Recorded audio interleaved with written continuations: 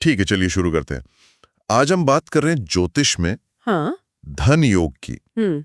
हमारे पास एक लेख है, ज्योतिष में धन योग, सरल व्याख्या और उपाय। तो उसी के आधार पे समझने की कोशिश करेंगे कि ज्योतिष पैसे रुपए के बारे में क्या संकेत दे सकता है। हाँ, बिल्कुल। तो मतलब बहुत ही सीधे शब्दों में कहें तो धन योग हुआ कुंडली में ग्रहों और घरों का एक ऐसा कॉम्बिनेशन जो किसी व्यक्ति को पैसा कमाने, बचाने या संपत्ति बनाने में मदद करे, है ना? जी हाँ, बिल्कुल। और दिलचस्प बात यह है कि ज्योतिष से कुछ खास भावों यानी घरों से जोड़ता है। हाँ, कौन से भाव हैं वो मुख्य? देखिए, मुख्य रूप से 4 घर बहुत अहम माने जाते हैं धन के लिए। एक तो दूसरा भाव जो बचत का है, आपकी जमा पूंजी। अच्छा, दूसरा भाव। हाँ। फिर 11वां भाव जो है आमदनी और लाभ का, मतलब पैसा आ कहाँ से रहा है। ठीक है, इनकम वाला। जी। फिर 5वां भाव ये निवेश, अटकलें जैसे शेयर मार्केट वगैरह से जुड़ा है। इन्वेस्टमेंट। और 9वां भाव ये है भाग्य का, लक फैक्टर कह लीजिए। अच्छा, तो ये 4 हो गए, दूसरा, 11वां, 5वां और 9वां। ठीक है, तो फिर ये योग बनते कैसे हैं? देखिए, सबसे जो बेसिक धन योग बनता है वो तब बनता है जब इन्हीं घरों के स्वामी ग्रह, मतलब दूसरे, 5वें, 9वें या 11वें भाव की जो लॉर्ड्स है, हाँ। वो आपस में कोई कनेक्शन बना लें। युति हो, दृष्टि हो, या फिर वो लग्न मतलब पहले भाव या उसके स्वामी से जुड़ जाए। लग्न यानी व्यक्ति स्वयं। जी बिल्कुल। तो जैसे धन वाले डिपार्टमेंट के मैनेजर आपस में मिल रहे हैं या बॉस से जुड़ रहे हैं, ऐसा समझिए। समझ गया। लेकिन कुछ खास नाम वाले योग भी होते हैं ना, जैसे लेख में लक्ष्मी योग का जिक्र था, वो क्यों इतना खास है? हाँ, लक्ष्मी योग बहुत ही शुभ माना जाता है।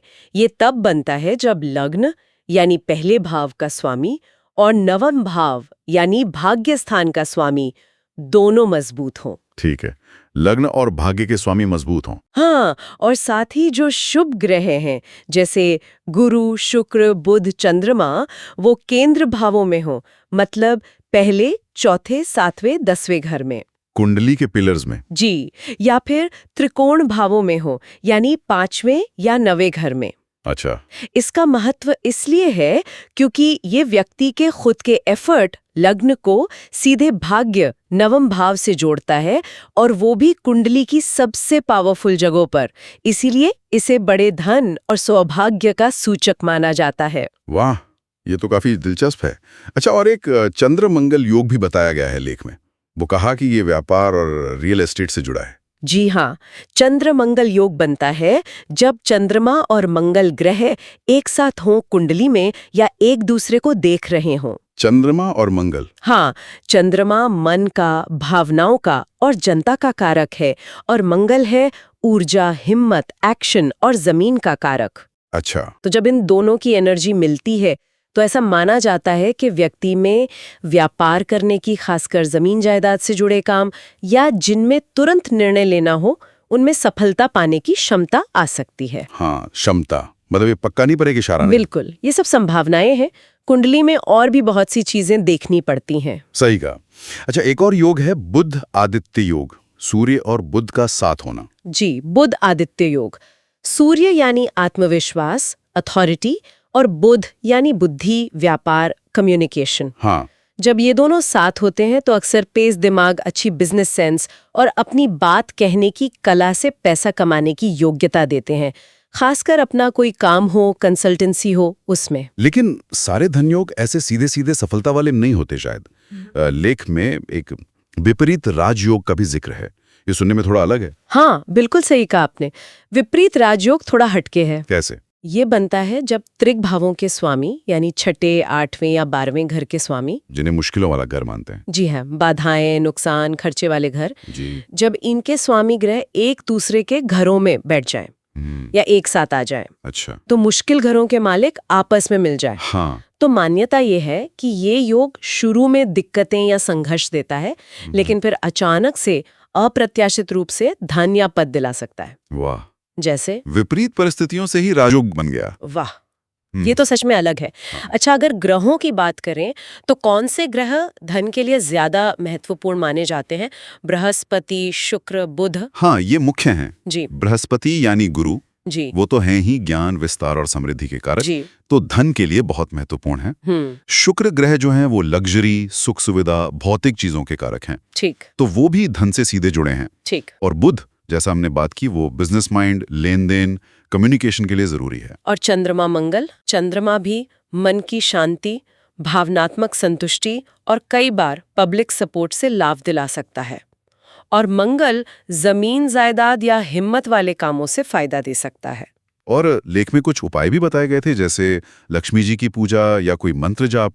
इनका क्या कनेक्शन है इन योगों से? देखिए, ज्योतिषीय उपाय जो होते हैं उनका मकसद अक्सर यही होता है कि या तो अच्छे ग्रहों को और ताकत दी जाए या जो ग्रह दिक्कत दे रहे हैं उनके बुरे असर को कम किया जाए। अच्छा। तो जैसे शुक्रवार को देवी लक्ष्मी की पूजा करना, शुक्र ग्रह भी धन और विलासिता से जुड़ा है और देवी लक्ष्मी भी धन की देवी हैं, तो ये एक तरह से उन एनर्जीज को आकर्षित करने का प्रयास है। ठीक है। वैसे ही वो मंत्र ओम श्रीम महालक्ष्मी नमः, ये भी धन की देवी को प्रसन्न करने के लिए है। और वो गाय को खिलाना या पुखराज पहनना? हाँ, गुरुवार बृहस्पति का दिन है और गाय को गुरु से जोड़कर देखा जाता है, तो ये गुरु ग्रह के अच्छे प्रभाव को बढ़ाने का उपाय माना जाता है। और पुखराज तो गुरु का रत्न है ही, पर वो तभी पहनना चाहिए जब कुंडली में गुरु शुभ हो और किसी जानकार की सलाह से। समझ गया। तो कुल मिलाकर ऐसा लगता है कि जन्म कुंडली देखकर धन संबंधी संभावनाओं का एक अंदाजा तो लग ही सकता है। इन योगों को समझना एक अलग ही नजरिया देता है। निश्चित रूप से ये एक दिलचस्प फ्रेमवर्क है, लेकिन यहाँ एक अहम सवाल भी उठता है कि ये योग और ग्रह स्थितियां जो हैं वो तो संभावनाएं दिखाती हैं, पोटेंशियल दिखाती हैं। हाँ। पर उस पोटेंशियल को हकीकत में बदलने के लिए इंसान का अपना प्रयास, सही दिशा में मेहनत, सही फैसले और शायद सही समय, ये सब भी तो चाहिए होता है ना। बिल्कुल।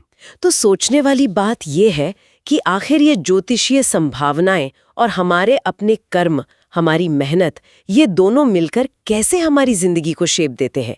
ये एक गहरा सवाल